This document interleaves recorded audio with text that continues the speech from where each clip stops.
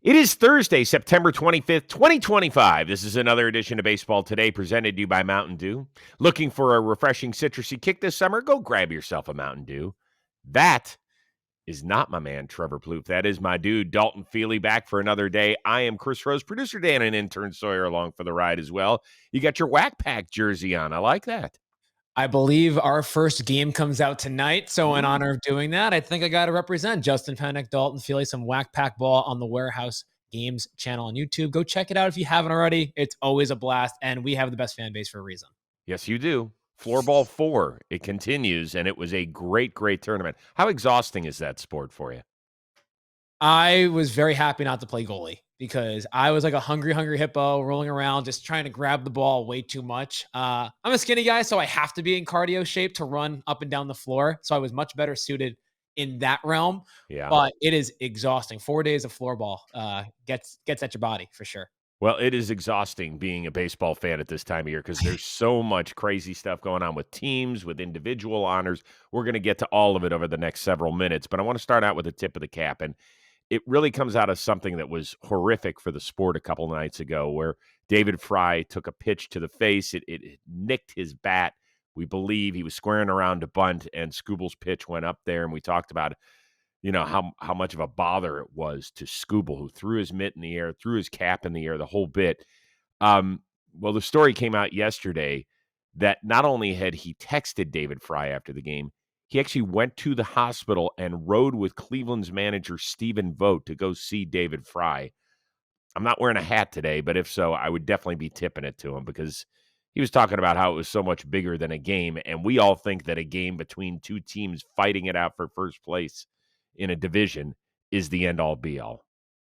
Yeah, I mean, it really shows who Tarek Skubal is as a human being, Yep. right? I consider him as like the new era intimidator on the mound. I think he's one of the most intimidating pitchers to face currently in baseball, but he might be a fierce competitor on the mound, but it shows in between the lines, even outside of the lines, like he is a great human being. We've seen him kind of joke around like Salvador Perez, Bregman, Seager, guys who've hit him pretty well in his career, but like to ride with Cleveland and Stephen Vogt to go check on him, it just shows the type of person that Tarek Skubal is. And I think the biggest thing is in terms of like as a fans, right? You never see this on social media, but Cleveland fans were applauding Tarek Skubal for Totally. his humanity and kindness, which you rarely see nowadays. People basically, applauding behaviors from an opposing player. So a real tip of the cap to Tarek Skubal, and a best of luck and wishes to David Fry in his recovery. Yeah, when I quote tweeted that had happened yesterday, a Cleveland fan actually suggested putting his picture on the scoreboard, taking a shot of him in the dugout and having everybody hopefully give him the applause that he deserved. I was like, I am with that. I think Yeah. it's obviously a little hard when you're talking about two teams that are fighting it out and one team that's lost 7 straight and one team that's not totally on fire. But certainly the thought process was there, hopefully. We'll see. Maybe those teams, today won't be the last time they tango this year. We shall see. All right, let's get on to it. And it's kind of hard that a team that wins its first division title since 2001 actually gets one-upped. But that's exactly what happened because their MVP candidate catcher was making a little history. Fly ball to right field, number 60! A catcher has hit 60 home runs. Your MVP moment, Cal Raleigh. Yeah, I mean, I don't know what to say. I'm just so happy. I love this team. I love the city. I love my parents. Thank you for being here. And I'm so happy for our guys. We're gonna celebrate tonight, and like I said, we're not done yet. So. It was obviously a really emotional night for he and for the entire franchise and the city as they're celebrating so much. Big picture here, he is the 4th American League player to reach 60 homers in a season. Obviously, Aaron Judge set the record a few years ago, Roger Maris, and then Babe Ruth. And I forget if it was you or Jolly or somebody else that said to me, are you sick of talking about Cal Raleigh versus Aaron Judge and league MVP? Both of these guys are making us talk about it because now we only have 4 games to go and one guy on one coast is doing this and another guy on another coast. Like, what do we make of it all now? This is one of the best AL MVP races we've seen in, I would think, the 21st century. I mean, you have a historic season from a catcher, 60 home runs, switch hitter, in the likes of switch hitters like Mickey Mantle's, breaking records, catching records, DH records, switch hitting records. It's been amazing for Cal Raleigh, leading the Mariners to their first division win of the AL West since 2001. All that's great. But then on the East Coast, we have Aaron Judge, who continues to do historic things. His fourth 50 home run season, 3 of them coming in the last 4 years. It's interesting because do we want to give praise to a catcher who's having the greatest season, arguably, for a catcher in baseball history, who leads his team to a division title for the first time in nearly 25 years? Or do we go with the guy who technically still has the better numbers outside of home runs and RBIs, and a guy who's been doing it more consistently over the last few years? It's exciting. The last 4 days, as crazy as it sounds, could really dictate the AL MVP. If the Yankees win the AL East, maybe that gives Aaron Judge a little bit of a boost. But ultimately, in the end, Rosie, I think you just got to give praise to both of these players. This is one of the years where I wish it could be like a co-MVP kind of thing, because these guys are irreplaceable for both the Seattle Mariners and the New York Yankees. And it's been super fun to watch. Out as a non-Yankee or Mariner fan, to watch both these guys play, it's been amazing for the 2025 season. Well, they do it by point value, so I imagine that they could get the same points, and there's 40 first place votes. So if they each go 20, I don't know exactly. I'm not well versed enough to know. Maybe our intern Sawyer can look that up and say, can there be a split? There, of course, there can be. There was in 1979. What am I saying? And I think the Cy Young in 68 was, or 68, 69 was a split. So I guess it can happen. We just haven't seen it ever. I mean, it could happen then. I don't know if they've made amendments since then. It happened in the National League MVP, where I believe that it was Keith Hernandez and Willie Stargell who split the award, I want to say. We'll look that up. So, yeah, you know what? That would be great. I would be okay with it. And here's what I hate that this has turned into. Because of the cesspool of negativity occasionally on social media, this has turned into, how can you give an MVP award to a catcher who can't even hit 250? And then how can you give it to a guy, even though his numbers are significantly better, who catches 1 or 2 balls a game and isn't involved in every pitch? Look, people, let's appreciate what the hell we're seeing here.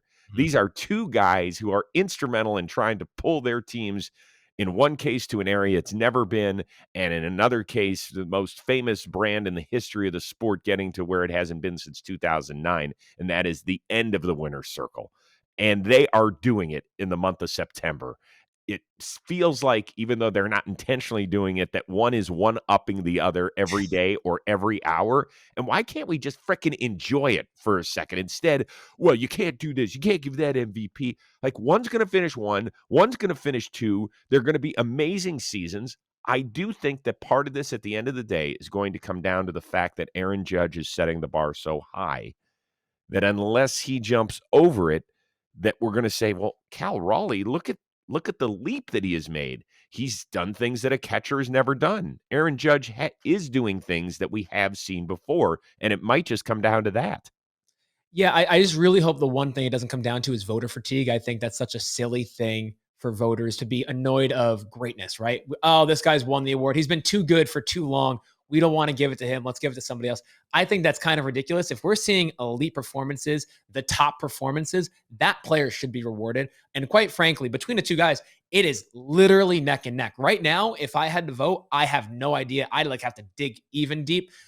I would think if I'm taking away the divisional race and the history, if you will, because Aaron Judge has set history in his own right over the last few seasons. I think I still lean Judge, but it's so close. If Cal breaks the American League record, that could change it. It might have changed for other people for hitting 60. I'm super excited. I love that both these players have had such a great season. It's made the 2025 season even better to watch because historic season from a catcher and one of the best right-handed hitters in baseball history. What's your gut tell you right now? Who's winning it? I think I would lean towards voting for Judge. I think people will be enamored by 60 home runs from a catcher and a switch hitter and think and the Mariners winning the AL West. I think Cal Raleigh will win MVP. Our buddy Jeff Passan from ESPN said, I would vote for Judge and I would feel sick about it, not voting for Cal Raleigh. I think that's probably it might be the predominant theory, but I'm not. Look, Judge won it when he hit 60. Maris won it when he hit 60. Babe Ruth did his in 1927, where they hadn't even invented the MVP award yet. So that I, I don't know. I don't know where we sit. But I'm also not going to be one of those that's going to go crazy when one guy wins it over the other. I won't let that ruin what has been a memorable 6 months for each of these guys. And the last month has been incredible. I mean, the ball that Raleigh hit last night for 59, I've never seen a ball go up there in Seattle. Triple deck. Yeah. That was unbelievable. And I think it was projected like 440 feet. That was 500 feet. I'm exaggerating, but like this thing was launched. I mean, look at that. Yeah. That's like a punt. Yep. That's unbelievable. And I guess the one last thing, Rosie, too. Cal Raleigh's doing this in Seattle. Like he's doing this in what I think is considered the hardest place to hit baseballs. Yeah. So I don't know if that's added into the conversation, but I think that's a narrative that's not talked about enough either. Well, I want our people to get involved in this conversation in our comments section about where you sit right now with it. What would be the deciding factor for you? Because there's no wrong answer for people that are talking about following a good story. Yeah, that's part of it, because at the end of the day, the MVP, we don't plug in the numbers and a computer spits out who the MVP is. It is a subjective term by nature. So it could be the guy who helps the team win the division for the first time in 24 years. It could be the switch hitting catcher that hits 12 more homers than anybody else at that position. It could be Aaron Judge and what he's doing. I mean, there's no parameters. So that's the beauty and also the tough thing about it all. So, yeah, you mentioned that, all the way across the country, Aaron Judge, a few hours before Cal Raleigh joined him in the 60 home run brigade, was doing this. Driven deep to right center field. Going back, Taylor. Track. Wall. See ya. Flight 50 is landed. 50 home runs or more for the fourth season of his career. Aaron Judge with a 3-run home run. Yankees lead. All right, let's widen out the lens on this discussion.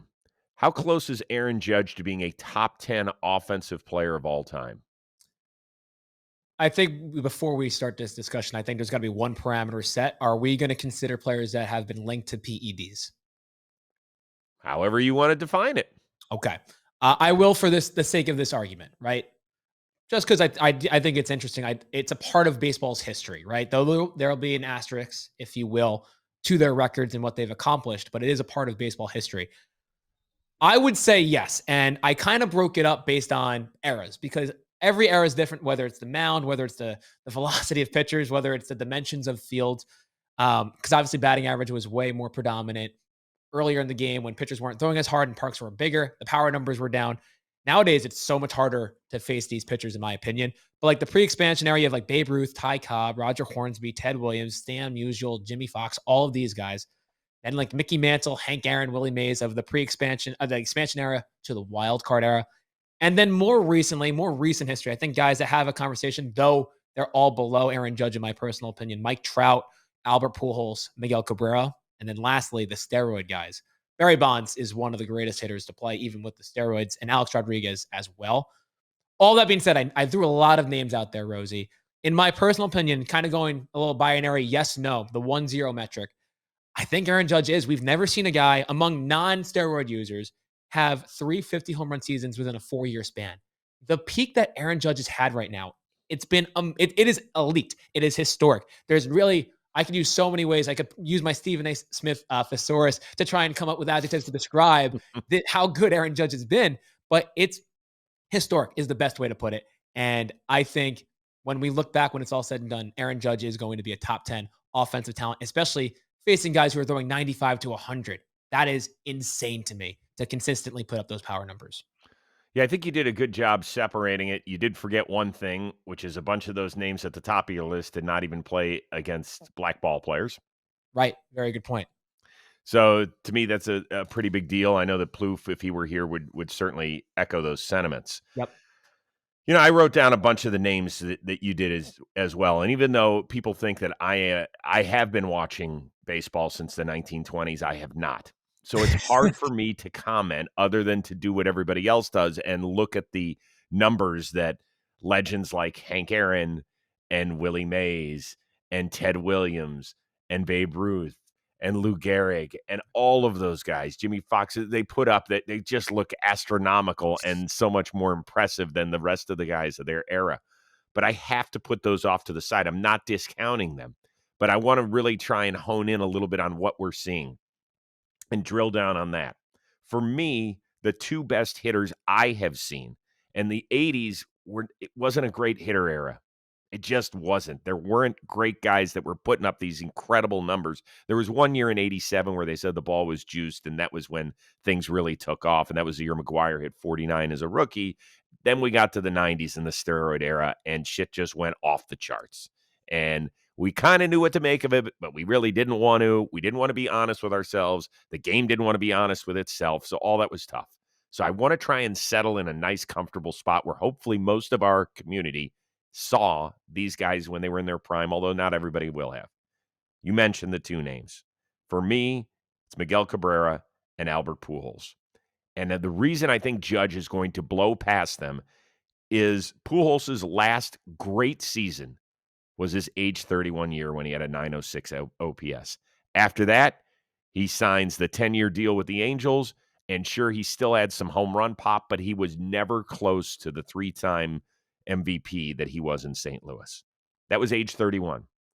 Miguel Cabrera, his last great season was age 33 when he had a 956 OPS and was still right in the thick of it. And then he just started to tumble. Aaron Judge is completing his age 33 season. Now, I know he started late, right? He didn't start to make a dent in this sport till 25. So how many more years is he going to continue to? He could do this rate another 3 or 4 years, and it wouldn't shock me, dude. Oh, absolutely. And I think starting late is a good point because it's kind of just pushed his timeline back in the sense that like he might not have been one of the best young players like we talked about like Juan Soto, Bryce Harper when they came up so young. Judge came up later, but for him to do this in his going to be mid 30s potentially too, that's very impressive because the two players you just mentioned, great, both very young players when they came up in Pujols and Miguel Cabrera, but age 31, age 33, after that, they definitely took a stumble, if you will, for their peak performances where Aaron Judge, if he gives 2 or 3 Aaron Judge years, like I think it's not even a conversation, like you said, Right. because 45 to 50 home runs is not easy to come by. And it's crazy to say, Rosie, but Judge has made it look easy somehow. It's incredible. And I know that people are going to say, well, what's he doing in October? Folks, different discussion. We'll have that one next week. We're Yep. talking about just what we're seeing for a 6-month span every year. And if that doesn't weigh into your enjoyment of the sport, that's you. You're entitled to that thought process. I think it's a tough way to live. But I remember a couple of years ago, our one-of-a-kind producer, Dan Rourke, obviously everybody knows him as an uber, I'm not going to call him crazy Yankee fan. Well, maybe I will. Yeah. He said, hey, Judge is the greatest right-handed hitter ever. Maybe he started with our era. And I was like, dude, come on now. Well, I mean, certainly of our era. It's now, that's it.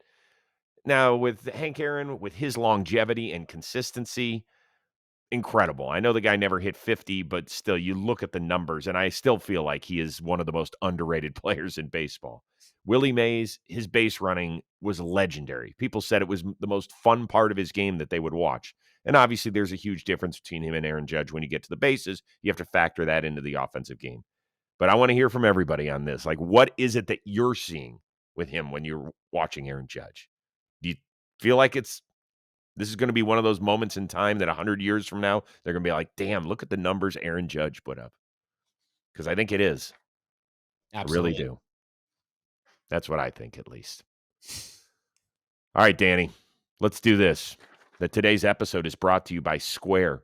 Sports are something that help bring neighborhoods together. So whether it's a sports bar dedicated to a specific fan base or a game day ritual involving the best wings in town, neighborhood businesses help grow communities.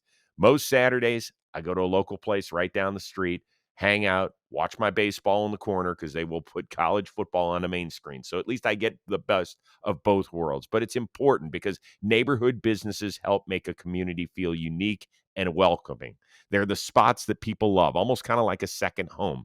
When local shops are successful, the whole area benefits. Shopping nearby keeps money circulating locally, helps small business owners grow. That community support matters, and even one visit can have a real impact. Now, Square partners with more than 4 million neighborhood businesses worldwide, celebrating their role in keeping communities vibrant. So I want you to do this. Go to square.com/today to learn more. But before you do, go support your favorite neighborhood spot. You'll be happy you did. Square, we'll see you in the neighborhood. All right. So Judge's team actually pulled even with Toronto last night in the American League East. North of the border, Garrett Crochet solidified his Cy Young candidacy. He was awesome. 8 shutout innings, 3 hits, posted his 250th strikeout of the season. Sox won that one 7-1. People are wondering if the Jays are feeling the heat a little bit based on what's gone on recently with them and the umpires. Now, Tuesday night, we didn't talk about this on yesterday's show, and that was probably my fault. The George Springer at bat, where he had the bases loaded against Lucas Giolito and ripped one down the line, certainly looked fair. It was called foul. It's a non-reviewable play. You saw Springer's emotions. He's grabbing his head. He's like, no way, that should have been a hit. The whole bit. He eventually struck out on a questionable pitch at best. Yeah. So he headed back to the dugout. He was pissed off. And John Boy actually found this.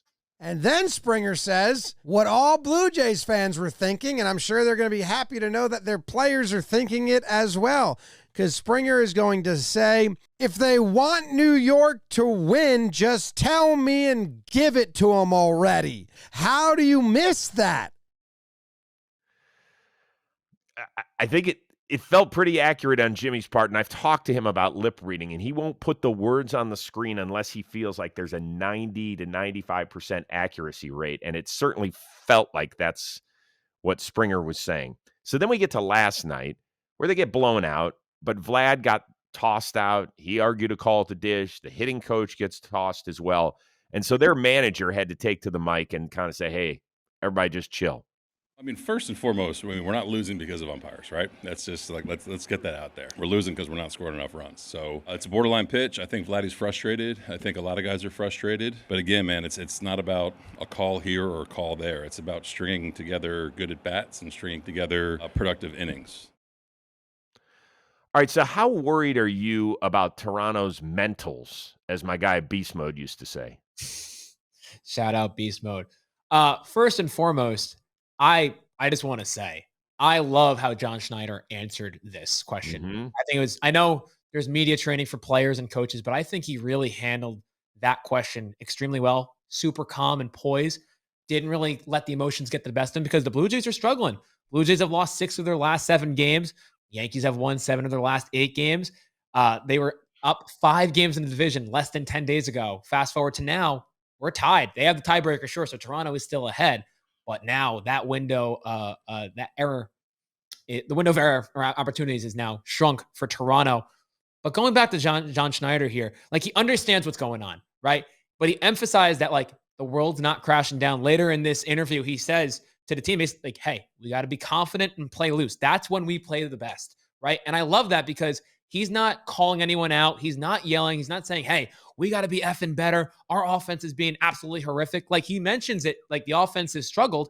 And to his point, in all 6 of these losses, the Blue Jays have scored 1 run or less. That is never going to get the job done, especially when you're hunting for that first AL East title since 2015. But John Schneider says exactly what needs to be said. Do not panic. We've clinched a playoff spot. We're going to be okay, right? We have to play out of it, but we got to play within ourselves. I do think they're missing Bo Bichette. I think that's probably one of the biggest things within his offense, right? He's been out since September 6th, somehow still leads Major League Baseball with hits. So that just shows how consistent Bo's been this year. But my ending point is, I think they're starting to crash down.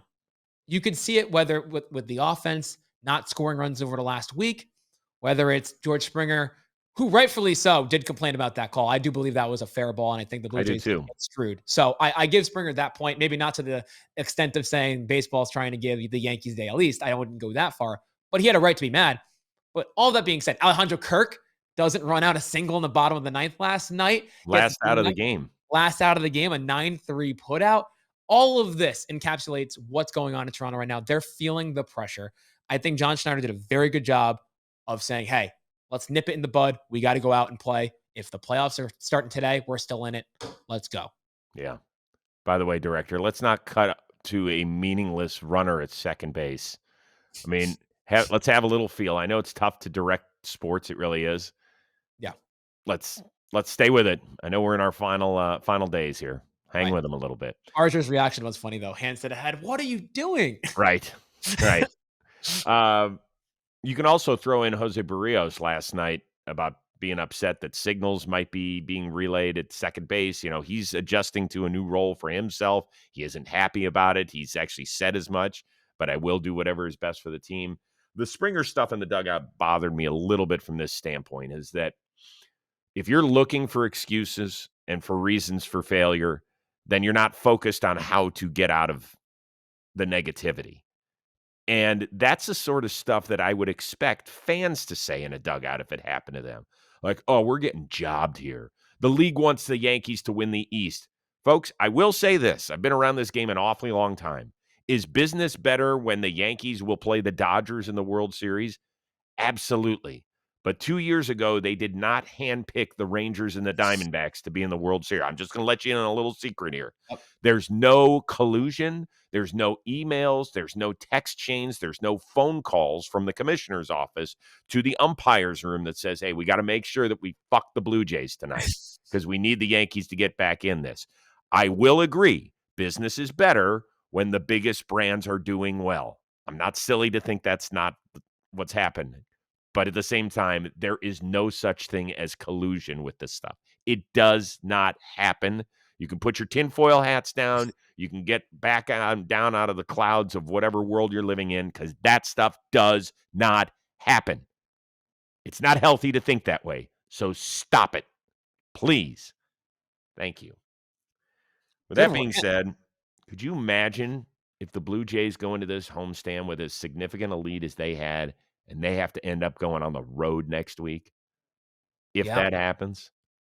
Which, it's a big point. Last episode yesterday, I mentioned about how the Yankees have been good on the road, and I think they could conquer those fears. The Blue Jays are the best American League team at home, third best baseball team in all major leagues at home. They're 40-41 on the road now, which is still a decent road record. It's still top 10 in baseball, but they're very comfortable in Rogers Center. So I understand why they're pressing a little bit. You want to have this home field. You want to have the potential bye, but you're still in the playoffs. Just reset. Yeah. So, by the way, I don't think that, well, they could, I suppose. Yeah, if they lose the last four and the Red Sox end up winning it, then yeah, they will go on the road. It still feels like a long shot because the Blue Jays do have the tiebreaker over the Red Sox. So I guess the magic number to at least be the 4 seed would be 1 if the math is right. But I've been screwing up math all week on this. Yeah, Blue Jays, just calm down. I think it'll be all right. It has been such a wonderful year for this team, and maybe a little on the unexpected side for some of us. Let's not let it all go downhill. Whatever's going to happen next week will happen, but don't let that other stuff fester. And I love, you mentioned it, I love what Schneider did in front of the microphone. I think he handled it great. Did they get screwed on a bunch of calls? And I know it wasn't just that game against Boston. I know there was a Dalton Varsho catch in Kansas City last week that they got jobbed on, even though they won that game. I know there was a fan interference call that they got screwed on down in Tampa, even though they won that game as well. You add it up, people say, well, what do you make of it? I make that there were a bunch of bad calls in a row. That happens, but they're not out for you. And we saw that with New York and Houston, too. Remember, that was a big deal at the third base umpire in Houston. So Yankees, it's not to compare the two things, but it happens across the league. It does. It does. Now, when it all piles on in a short span, it does feel like somebody's out for you. I can sympathize with that. But I'm telling you, they're not out for you. Quick shout out to our friends at Nike. Do you know we actually have an awesome new partnership with them? So go check out our affiliate link in the description below to shop some amazing Nike gear. It feels great. It looks great. It's the biggest brand out there. Go enjoy it. Best apparel around. In fact, I just made an order. I'll be wearing it on the shows shortly. Can't wait till it gets here, hopefully in time for the playoffs. Love that. Playoff apparel, baby. Let's go. And hopefully somebody will be watching their hometown team in the playoffs because the AL Central, that's our next stop. Cleveland took one more step toward the most improbable turnaround in baseball history. Base hit right field. Steven scores. Halpin scores. Jose into second. It's a hustle double. Mr. Inevitable delivers again. Matt Underwood, pretty good call, Mr. Inevitable. Very so good. as you can see, Cleveland now with the one-game lead. They also pocketed the tiebreaker by winning the season series earlier this week. So the magic number to clinch the American League Central for Cleveland is 3. They've got one more game tonight. Is it a wrap? Man, it's first off still impressive that Cleveland not only came all the way back to tie, but now have taken the league in the American League Central. This is a checkout answer a little bit from me, so you might get mad, and I apologize. But if Cleveland wins tonight, that's it. That's, as Porky Pig once said, that's all, folks. I think it's wrapped up. Detroit just kind of falls off at that point in comparison to Cleveland. Cleveland hasn't wrapped up. If Detroit wins tonight, Rosie, this is going to be one of the most fun storylines to watch in baseball again, because it's deadlock tie. Cleveland has the tiebreaker. Detroit has to go to Boston and play 3 games versus a team that is still kind of fighting for, is it going to be 5th seed? Probably 4th seed, 5th seed, potentially. Cleveland, man, I think they have it locked up, Rosie. I don't want to jinx it. I don't know if you're superstitious or not. I'm a little stitious myself. So I do think they have it locked up. Tonight would be the way to cement it. Parker Messick, who's been very good for you guys, in my opinion, is on the bump. And I believe AJ Hinch said last night, quote, about almost unquote, like, he doesn't know who's pitching yet. Like, they haven't determined who is going to be the starter. Troy Melton was the guy that is alleged to start. I don't think that's confirmed yet, but that's Troy Melton's a rookie. I know Parker Messick's a rookie too, but he hasn't been a consistent starter. They used him as a long reliever. Detroit, it's a must-win game, and it feels like they don't have any of their top 3 guys going. So I'm very worried for them. I think Cleveland has wrapped up. Well, people know me. I'm not going to say it's wrapped up at all, because if Detroit does win, then it's back even. Cleveland will host Texas this weekend, and Texas is going to be, Jacob deGrom pitched for the last time yesterday. Evaldi's out. Seager's not going to play. Simeon's not going to play. The 3 starters they would still throw are pretty good. Leiter's been very good. Merrill Kelly, obviously, and then Patrick Corbin, who's had a really nice year. So it's not nothing, but at the same time, are they going to let those guys go 7 or 8 in? I don't know. You never know how they're feeling at the end of the year. Merrill Kelly's about to be a free agent.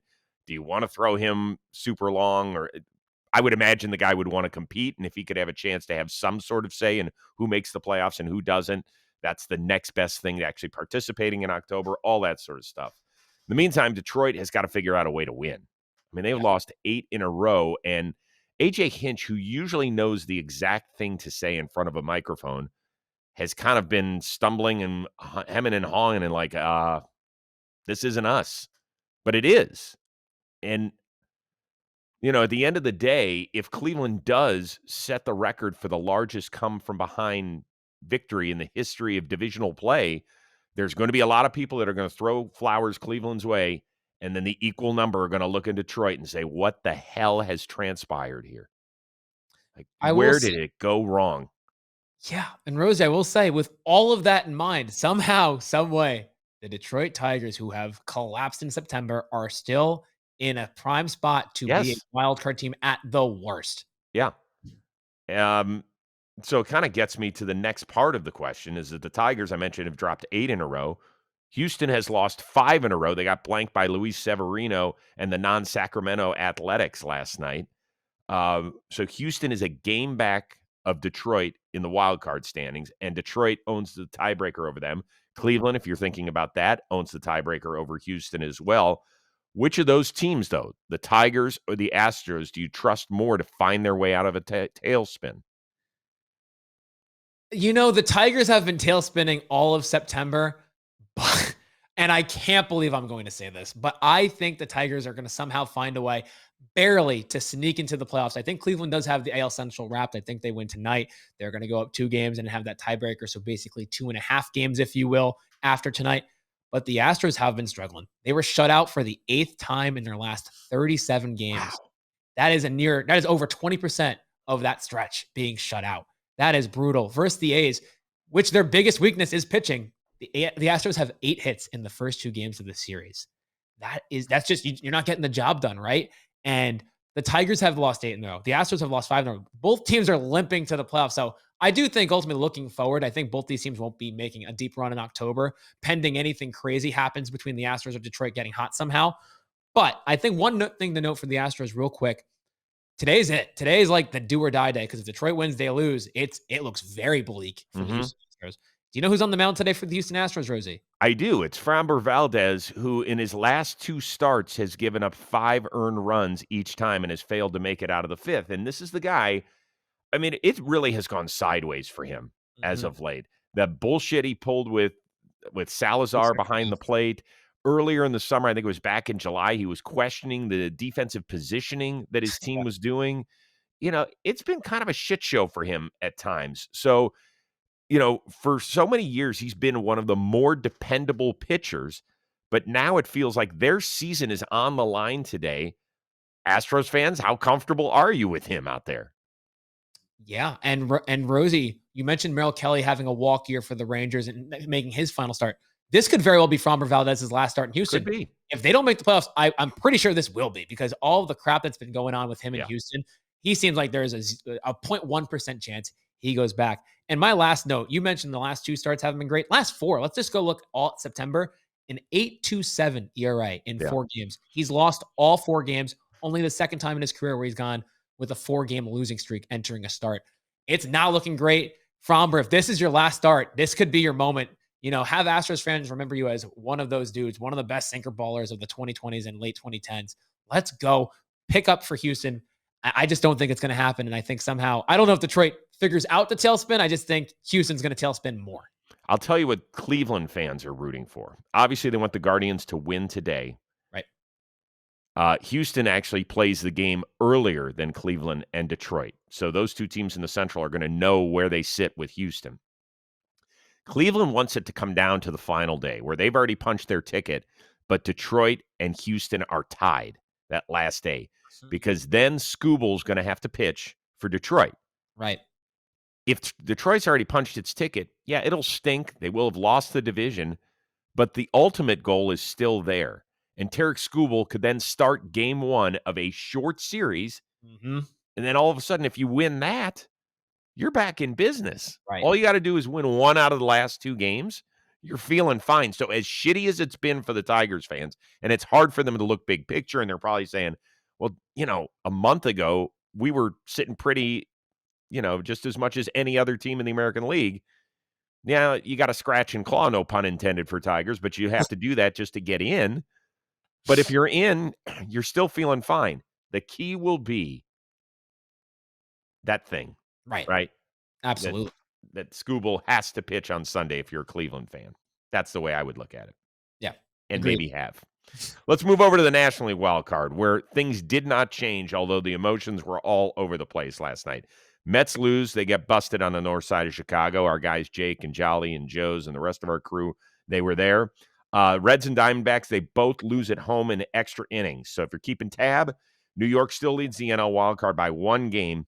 Which of those 3 teams suffered the toughest loss last night? Rosie, I'm putting my biased lenses on to my fake glasses, though I usually wear glasses, though I'm not wearing glasses currently. It's the Arizona Diamondbacks. I think either the Diamondbacks or Reds are the appropriate answer, because you lose at home in an extra inning game versus 2 caliber starters in Paul Skeens and Blake Snell, and you fight back. Both these teams come back, force extras, and still lose at home. That's just a detrimental feeling, right? Those are games that you could have potentially stole if you won. And looking at the Diamondbacks and Reds, sure. The Mets, on the other hand, I would say with the Mets, sure, it stings that you lost, but you got blown out on the road. There was no chance you were going to win that game. I think the Cubs put up 7 runs within the first 4 innings of the game. So there's really, unless they had another comeback like they did the day prior when it was a 6-1 game and they came back, to have another comeback like that, the Mets wouldn't have done it. But now looking quickly to the Arizona Diamondbacks, right? Diamondbacks fan, wear it on my sleeve, wear it on my heart. How do you not win that game? They did it again. They got to the Dodgers bullpen again. You're down 4-1. You tie it up to 4-4. Bottom of the 10th inning, bases loaded, 1 out. Brandon Garcia in the top 10th, the guy they get from the Eugenio Suarez deal, gets 1-2-3 basically, doesn't allow a run. Corbin Carroll saves the game with an amazing throw from right field. But going to the bottom of the 10th, bases loaded, 1 out. Jake McCarthy, pop fly, lefty, doesn't get the job done. James McCann, who was 0 for 4 with 4 Ks facing Blake Trinan, doesn't get the job done. We go to the top 11th. Garcia pitching his heart out, going 2 innings. 2 outs, I believe 2 strikes. Tommy Edman flips a single, weekly hit for an RBI single. And then you talked about the Guardians and their lineup, Rosie, with the OPS is under 700. And I'll raise your Daniel Schneemans, your CJ Kayfases, your Brian Rocchios. For the Diamondbacks, bottom of the 11th, they had 7, 8, 9.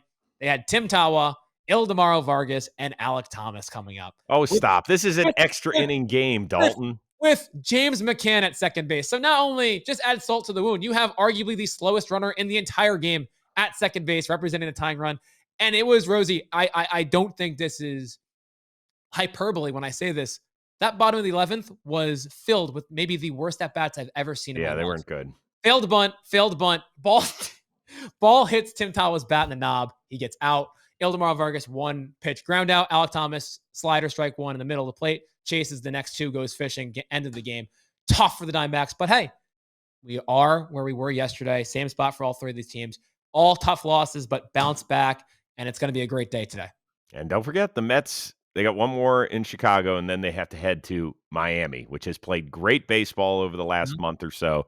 And we all remember what happened in 2007 at the end of the season when the Miami Marlins were up in New York. So that's all part of the narrative that you're going to hear this weekend. For me, it's the Cincinnati Reds, right? It would start off with a great pitching matchup. Skeens, Hunter Green. Skeens was better. 6 shutout innings. Absolutely incredible. 2-0 lead for the Pirates. The Reds get back into it. They're down to their, 26th out when Tyler Stevenson goes deep in the 9th inning. That place was rocking. They talked to him after the game, and he said it was incredible. He goes, that's what I imagine a home playoff game being like. And it made me think, like, when's the last time they had one of those? And I think it's 2012, if I'm not mistaken, because they made it in 2020, but they got swept in that short 2-game series in Atlanta. And I don't think, they played the Cueto game, obviously, on the road.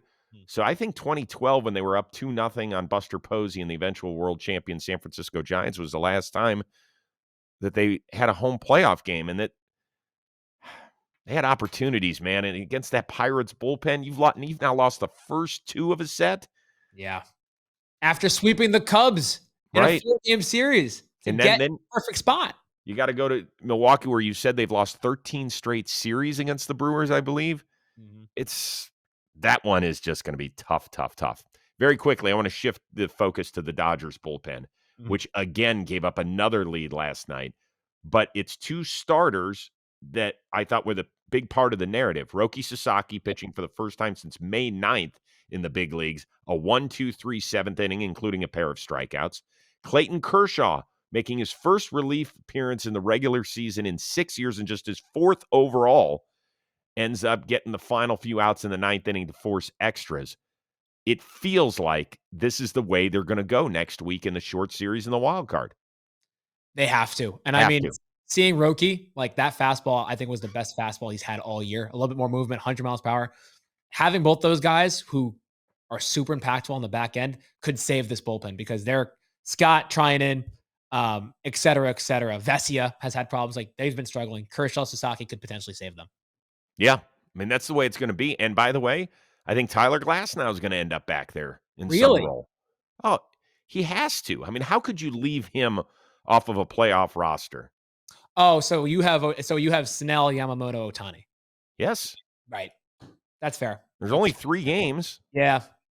You're absolutely right. I didn't even think about it. Why wouldn't you just do a complete almost flip of it? People say, well, they have to adjust to new roles and all this. Yo, bro, I'm putting my best arms out there. Yep. Roki and Glasnow have incredible swing and miss stuff. Kershaw, there's not anybody in baseball in that batter's box who's going to outthink him at this point of his career. You need all this, and everybody else that they bring out, it's like they're doused in lighter fluid when they get to the mound. Yeah, hand up. I was thinking of the NLDS already when you might use 4 starters for Glass now, but you're absolutely right. Wild card series, he's probably back there. Has to. Yeah, and they're going to play host to one of these teams, whether it's the Mets, the Reds, or the Diamondbacks. So they got a Absolutely. lot of stuff to figure out. We're going to have a lot of stuff to wade through on Monday's show. I think that's going to be a lot of fun, and then we eventually get to Tuesday when all the rosters come out. That's going to be some incredible stuff. All right, I've been waiting to do this. Thanks to Mountain Dew for sponsoring this episode. With Thank you. bold flavors and a refreshing citrus kick, Mountain Dew, it's perfect for any occasion.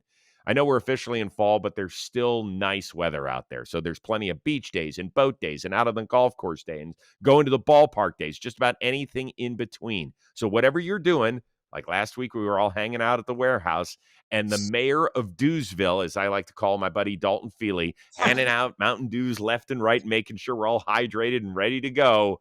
Whatever it is, it's a perfect pairing. So you could be doing anything. You could be having a picnic. You could be going on a walk. It does not matter because you've got the refreshing citrus kick of Mountain Dew as the perfect culmination to your day.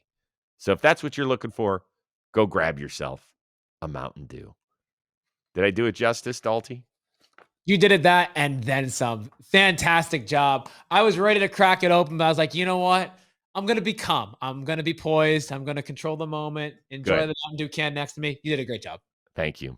Last thing, we're just going to do some quick hitters. So just your top of the mind thoughts on this. We mentioned Skeens going 6 shutout, no decision in his final start of the year. He finishes the season with an ERA of 1.97. Use just one word to describe his career through 2 seasons. Historic. I know I used that word for Aaron Judge, but like I don't think we've seen a guy like Paul Skeens, and that is very high praise. Per Greg Harvey between the numbs, a great follow on X and Twitter, whatever you call it. MLB history, players that have back-to-back seasons, sub 2 ERA, 10 plus K per 9, 100 plus innings. Paul Skeens. End of list. Historic. And he's 23 years old. Pretty good. Pretty good. For me, the word is mesmerizing. Every time I watch him, it looks so effortless, and it's utterly fantastic, and I'm sick of saying that opening day will be his most important start every year of his Pirates career. Pirates, we're going to talk a lot about you in the offseason. Just do a little bit because this pitch starting rotation is certainly good enough to, at this time of year, be competitive for at least a wild card. It's a shame. But, man, you mentioned the youth. He's just the 4th pitcher in the live ball era, so this is since 1920, to record an ERA this low in his age 23 season or younger. The others, Dean Chance, back in the 60s, Vida Blue, who eventually won an MVP as a pitcher, and Dwight Gooden, Nice. who is the most talented pitcher that I have ever seen. Wow. And so Skeens, and that's 40 years ago. So I do equate him to Dwight Gooden. There are others that have made me stop in my tracks and be like, wow, like that is something special. Steven Strasburg, Jose Fernandez are a couple of guys that come to mind. Skeens is a tick above those guys. And I put him right on par with Dwight Gooden, who was unlike anything I had ever seen. Phillies clinched at least a first-round bye while clubbing 8 homers in their win over the Marlins, 3 of them from Sosa, a pair from Schwarber. So if you're keeping count, that is 56 on the season. Would you rest Schwarber this weekend in any of the 4 games or give him every shot to break Ryan Howard's franchise mark of 58? First and foremost, I would talk to Kyle Schwarber. If I'm Rob Thompson, just check on the body. That's first and foremost. How is he feeling? If he's feeling fine, that's step A. Step B, I let him play. Now, here's why. They have the bye already. And I feel like we've talked about teams, they don't like the bye. They don't want to rest. They rather just keep playing. I'd rather have Kyle Schwarber keep playing until the bye, because that's when you're going to rest your body, make sure you're all good. But also for Kyle Schwarber, he's never played 162 games. Right now, he's on pace to do so. And I think that's also another milestone. So you're giving him a shot to break Ryan Howard's franchise record of 58 home runs. But then B, you're letting him play 162, which nowadays, that is not a common feat unless your name is Matt Olson. So I think if I were in the Phillies' shoes, I'd let Schwarber play and let him ride. Yeah, you nailed this one. They did ask Schwarber about it last night in the post-game scrum, and he said, well, I'm way down the list of guys who need a day off. I'm not on my feet. I'm a DH. Yeah. I think he's going to play all 4 games. I think it's going to be electric if he hits one, to today or Friday. It's going to be fun, and that's something that's going to keep the crowd going. And yeah, they're going to have until next Saturday off. So let's keep him as locked in as he can be before they get this like NFL bye or whatever it is on the Phillies schedule. Yeah. Last thing, and it's bad news for the Padres. Ramon Laureano, fractured finger. He's going to miss round 1 against the Cubs. That's what we're looking at. If not more, how huge a deal is this? It's huge specifically because they're playing the Cubs. The Cubs' top 3 starting pitchers, if Cade Horton's healthy, it's Cade Horton, Shota Imanaga, Matthew Boyd. 2 lefties in the mix. Ramon Laureano, a very good right-handed hitter, and a Padres heavy left-handed lineup. This is going to cause Gavin Sheets and Rhino Hearn to probably both play against lefties, which is something that they've been kind of hesitant to do in San Diego. So I think especially in this particular series, if he's missing the NL wildcard only, it's massive because it's not a good matchup for the Cubs because those left-handed hitters are going to struggle versus Boyd and Imanaga. Yeah, they could put Bryce Johnson out there, who is a switch hitter, but he's journeyman-ish. And Ramon Laureano has been one of the most consistent players in baseball all year. Forget about just against left-handed pitching. His splits have been really good, period. Yeah. Not that they're going to be taking Jackson Merrill or Fernando Tatis out of the lineup anytime soon or have to switch him late in the game, but he always gives you positional versatility if somebody did get hurt or something during a short series. Tatis is sick right now. So I think it's an enormous, enormous loss. It wasn't even a well-publicized part of one of their 6 trades that had 22 players shifting teams. But, people are like, oh, wow, look at the year Ramon Laureano's having with the Orioles. Anybody notice? And I was like, damn, hell yes. I think it's a big, big deal. Yeah. There's Padres fans right now that are looking at a particular finger on their hand, and it's probably not the same digit that's injured right now in Ramon Laureano. Dalty, we're going to do this again. We're going to get you all set for the last weekend of the regular season. I cannot wait. Best of luck in your Floorball 4 championship. The best part about being the age that I am, I totally forgot what happened in the game, so I'm going to be watching it like it's the first time, even though I called it. Yeah. I cannot wait. For our one-of-a-kind producer, Dan Rourke, our awesome intern, Sawyer, that is the uber-talented Dalton Feely. I am Chris Rose. We will see you Friday here on Baseball Today, presented to you by Mountain Dew.